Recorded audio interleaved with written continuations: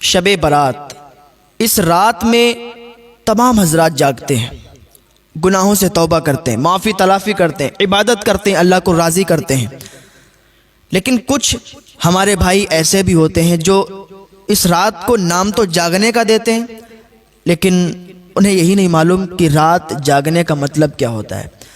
بہت سے لوگ تو مسجد میں آ کے نماز ادا کرتے ہیں، گناہوں سے توبہ کرتے ہیں، لیکن وہیں پر کچھ ایسے نوجوان بھی ہیں کہ وہ رات میں گاڑی بائک لے کے نکل جاتے ہیں، کبھی اس ہوٹل پر چائے پیتے ہیں، کبھی اس ہوٹل پر چائے پیتے ہیں، کبھی یہاں پارٹی کرتے ہیں، کبھی وہاں پارٹی کرتے ہیں، اور صبح کو سب کو یہی بتاتے ہیں کہ رات ہم نے بھی جاگی ہے۔ یار یہ رات جاگنا ہو گیا ہے؟ یہ رات جاگنا نہیں ہوتا ہے۔ جاگنا اسے کہتے ہیں کہ آپ مسجد میں آئیں، نمازیں ادا کریں، گناہوں سے توبہ کریں، معافی تلافی کریں، اور پوری رات آپ عبادت کریں۔ اور اس بابرکت رات میں آپ کو میں بتاؤں کہ آپ کچھ نمازوں کا بھی اہتمام کریں۔ وہ کس طریقے سے اور کیا ادا کریں وہ بھی آپ سنیں۔ سب سے پہلے آپ اوابین کی نماز ادا کریں۔ اوابین کی نماز کیسے پڑھی جاتی ہے؟ یہ مغرب کی نماز کے بعد فوراً بعد 6 رکعت نماز ہوتی ہے۔ ہاں، حضور صلی اللہ تعالیٰ علیہ وسلم نے ارشاد فرمایا کہ جو شخص نماز مغرب کے بعد 6 رکعت اوابین ادا کرتا ہے اور اس طرح ادا کرتا ہے کہ بیچ میں درمیان میں کوئی بری بات نہ کہے، تو اللہ رب العزت اسے 12 سال عبادت کرنے کا ثواب عطا فرماتا ہے۔ سبحان اللہ، کتنا زیادہ ثواب ہے ماشاءاللہ۔ تو یہ اوابین کی نماز 6 رکعت آپ ادا کریں۔ کیسے ادا کریں گے؟ آپ نیت 2 رکعت کر کے باندھیں۔ نیت کوئی الگ نہیں باندھی جاتی ہے، کوئی الگ طریقہ نہیں ہے، نیت دل کے ارادے کا نام ہے۔ بس آپ دل میں ارادہ کر لیں یا زبان سے کہہ دیں کہ میں اوابین کی نماز پڑھ رہا ہوں، میں نے اوابین کی نماز کی نیت کی ہے، بس آپ کی نیت ہو گئی۔ اس کے بعد پھر آپ صلاۃ التسبیح پڑھنے کا اہتمام کریں۔ صلاۃ التسبیح کا بہت زیادہ ثواب ہے، اللہ تعالیٰ بے حساب آپ کے گناہوں کو معاف فرما دیتا ہے۔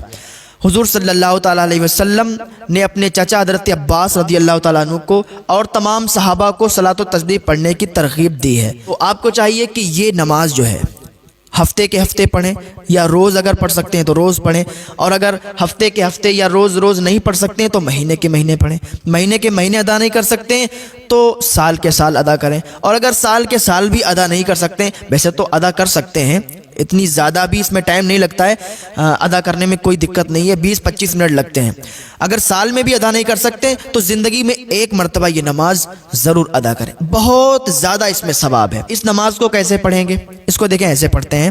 سب سے پہلے آپ نے 4 رکعت نماز تسبیح کی نیت باندھی، اسی طریقے سے کہہ دیں آپ میں نے صلاۃ و تسبیح کی نیت کی ہے، یا میں صلاۃ و تسبیح پڑھ رہا ہوں، تو یہ آپ کی نیت ہو گئی، ٹھیک، دل میں ارادہ کر لیں، نیت ہو گئی۔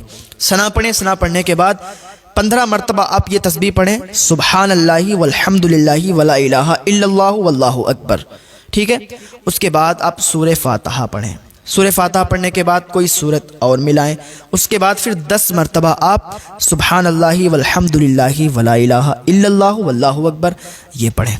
اس کے بعد آپ رکوع کریں، رکوع میں جائیں، سبحان ربی العظیم 3 مرتبہ پڑھیں۔ اب ایک بات اور سمجھ لیں، سبحان ربی العظیم اگر کسی کے منہ سے سبحان ربی العظیم نہیں نکل پاتا ہے تو آسانی کے لیے بتاتا ہوں، وہ سبحان ربی الکریم، سبحان ربی الکریم ادا کرے، کیونکہ اگر معنی لفظ جب بدلے گا تو معنی بھی بدل جائے گا، اور جب معنی بدل جائے گا تو پھر گناہ پڑے گا، تو سبحان ربی الکریم پڑھیں، زیادہ بہتر ہے۔ اس کے بعد آپ کیا کریں، 10 مرتبہ پھر یہی تسبیح پڑھیں، سبحان اللہ والحمد للہ ولا الہ الا اللہ واللہ اکبر، رکوع میں ہی یہ تسبیح پڑھیں۔ اس کے بعد آپ کھڑے ہو جائیں، پھر آپ 10 مرتبہ یہی تسبیح پڑھیں، اور پھر آپ سجدے میں چلے جائیں، سبحان ربی الاعلیٰ 3 مرتبہ پڑھیں۔ اس کے بعد سجدے کی حالت میں ہی 10 مرتبہ پھر یہ تسبیح پڑھیں، اور پھر اٹھ جائیں، پھر 10 مرتبہ تسبیح پڑھیں، پھر دوسرے سجدے میں جائیں، سبحان ربی الاعلیٰ پڑھیں 3 مرتبہ، اور پھر سجدے کی حالت میں ہی 10 مرتبہ یہ تسبیح پڑھیں۔ یہ تسبیح ہو جائیں گی 75 مرتبہ۔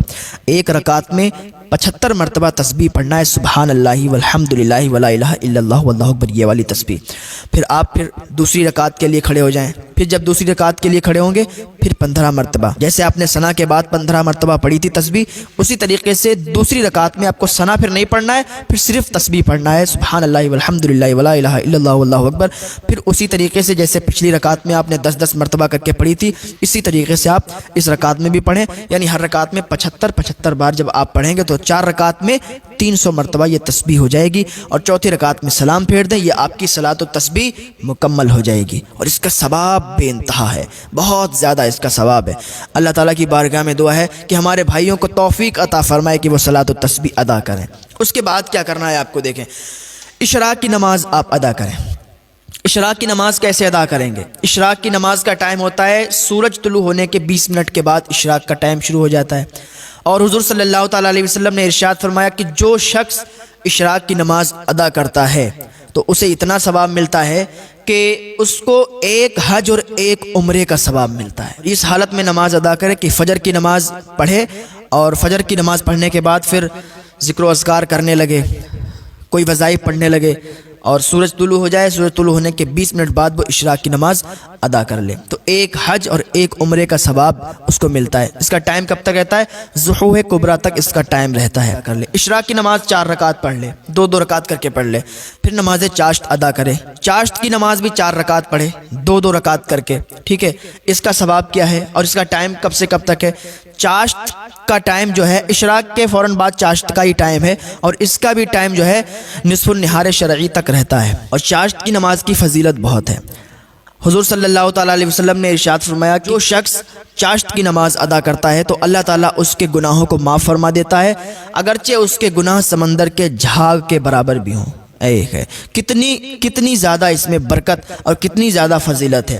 آپ کو چاہیے کہ اس رات میں ہلڑ بازی نہ کریں، اس رات میں ادھر ادھر ہوٹلوں پہ چائے پینے کے لیے نہ جائیں، وہ ٹائم اور بھی مل جائے گا آپ کو۔ اس رات میں آپ اللہ اور رسول کا ذکر کریں، عبادت کریں، نیک عمل کریں، بہت زیادہ بابرکت رات ہے، اور اس رات میں اگر نیک عمل کریں گے تو ثواب آپ پائیں گے، ثواب آپ کو ملے گا۔ اس رات میں ہی اگر آپ سے کوئی رنجش رکھتا ہے، آپ سے کوئی برائی رکھتا ہے، تو اس کو بھی آپ خود منا لیں یار۔ آپ سے کوئی نہیں بولتا ہے تو آپ خود ہی بول لیں، تو اللہ رب العزت کو یہ ادا بہت پسند آتی ہے کہ یار ہم سے کوئی نہیں بولتا ہے، کوئی بات نہیں ہے، وہ ہم سے نہیں بولے گا پر ہم اس سے بولیں گے، ہم اس سے رشتہ قائم کریں گے۔ یا آپ کی کسی سے لڑائی ہو گئی، آپ اس سے نہیں بولتے تو آپ کو چاہیے کہ اس رات میں اس سے صلح کر لیں، اس سے بولیں، ہاں اس سے دوستی کر لیں، ٹھیک۔ یہ ادا بہت پسند آتی ہے، اور جو بھی آپ کے اوپر کسی کا حق آتا ہے ادا کر دیں۔ اگر آپ کسی سے ناراض ہیں اس کو معاف کر دیں، انشاءاللہ اللہ رب العزت اس کے صدقے میں آپ کو بہت زیادہ